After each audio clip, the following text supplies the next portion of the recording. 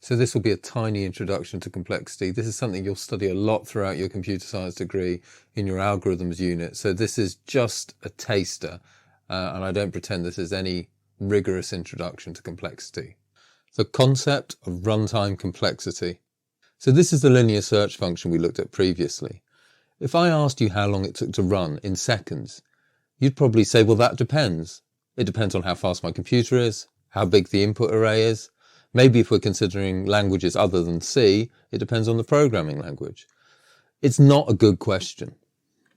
However, if I ask you how the time to run this function grows as the size of the input array grows, that's a question you might be able to answer, and that's a good question. So to illustrate that point, consider these two graphs. Both of these graphs represent the absolute time it takes for the linear search function to complete for different size input arrays. So this is as the input array gets bigger, and this is the time taken. And you can see in both cases, they're linear functions. It goes up linearly with the size of the array. Now for this first graph down here, or the lower graph, this is on a faster computer or implemented in a faster language. So maybe this one's implemented in C, and this one's implemented in Java. Maybe this is running on a really fast new laptop and this is running on an older laptop. So you can see that the absolute times are different, but the relationship between n and time is the same. In both cases, it's a linear function. Now the coefficients for that linear function are different. So we can see that the offset is different and we can see that the gradient is different.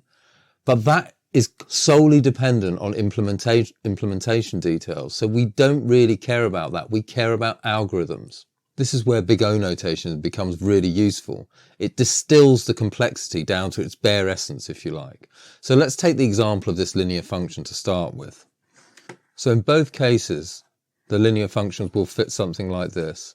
So it'll be an plus b. You're probably used to seeing graphs more like mx plus c, I guess. That's more familiar, but let's just say it's an plus b. That gives us the relationship that we saw in the graph, where b is the offset, is the intercept on the y-axis, and a is the gradient in this case. So what we do first of all is we just keep the most significant term. So what that means is n gets bigger, what becomes most significant? Well, this stays constant as n gets bigger, so we can throw that away and we're left with just an. And then we discard the coefficients, so we get rid of the a. Now that a, remember, is an implementation detail. It depends on the speed of the computer, that kind of thing, which language we use, so we don't care about that either. So we're just left with the n. And then what we say it's big O-N. That's the complexity. So the next example here, I didn't actually draw a graph like that, but that would be a parabola. That's a quadratic function. You know, it'll go up like this, probably. So again, we take exactly the same route as we did with the last one. We just keep the most significant term. Well, as n gets bigger, this doesn't change, so that's not very interesting. This will get bigger, but n squared gets much bigger than n. So we don't care about that, we don't care about that, and we discard the least significant terms, and we're left with the most significant term, an squared.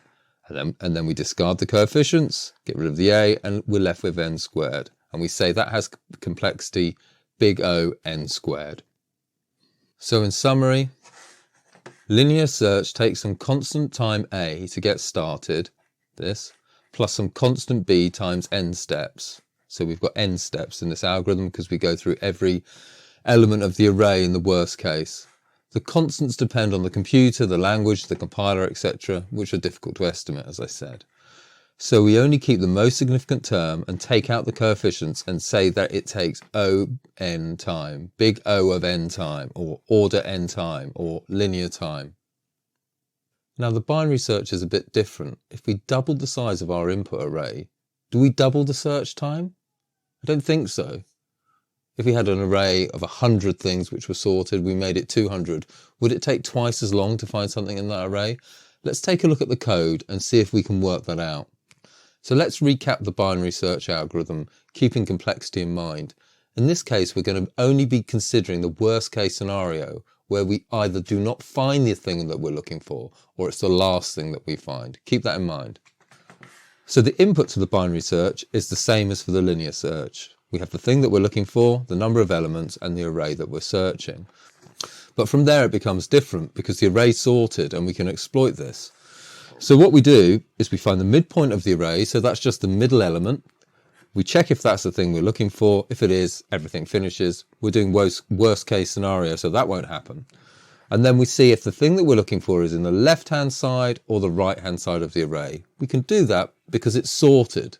You know, say if we've got the number 7 and the midpoint is 8, then we know that our number is going to be in the left-hand side of the array.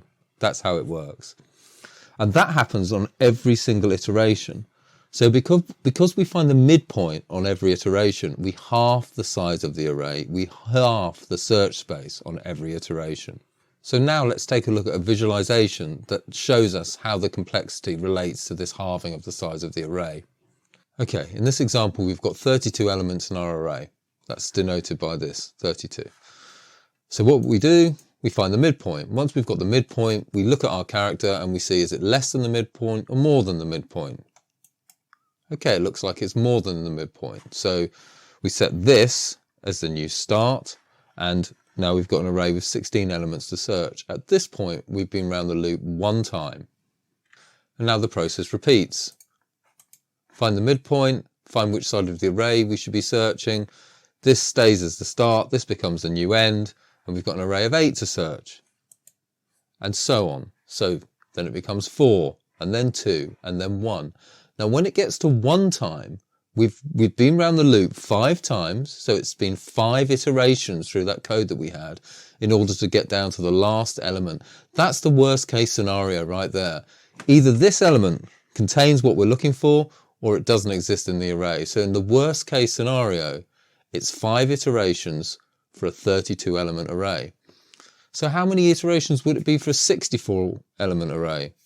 Well, it's going to be 6, isn't it? Because we would have had one more halving. So the number of times around the loop in the worst case is the power you have to raise 2 to get n, which is log to base 2 of n. Yeah, that's what log to base 2 of n is. It's the power you have to raise 2 to get the number n.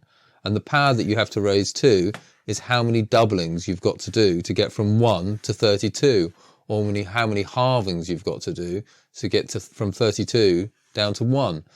If you think if there was 64 here, we'd have had 6 steps. If it was 128, 7 steps. So that's the power you have to raise 2 to get that number. So here's a summary slide for that. For binary search, the time is the number of times you have to halve n. If n equals 2, 4, 6, 8, 16, 32, you halve it 1, 2, 3, 4, 5 times. This is the logarithm to the base 2 of n, i.e. what power of 2 makes n. Logs with different bases only have constant factor differences, so we just write O log n for the time binary search takes. Plotting the runtime complexity of linear versus log using the example functions f of n equals n and g of n equals 5 times log n is insightful.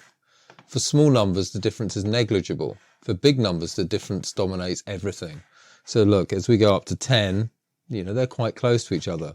But as these numbers get large, log n is nothing compared to n. Log n is much, much cheaper.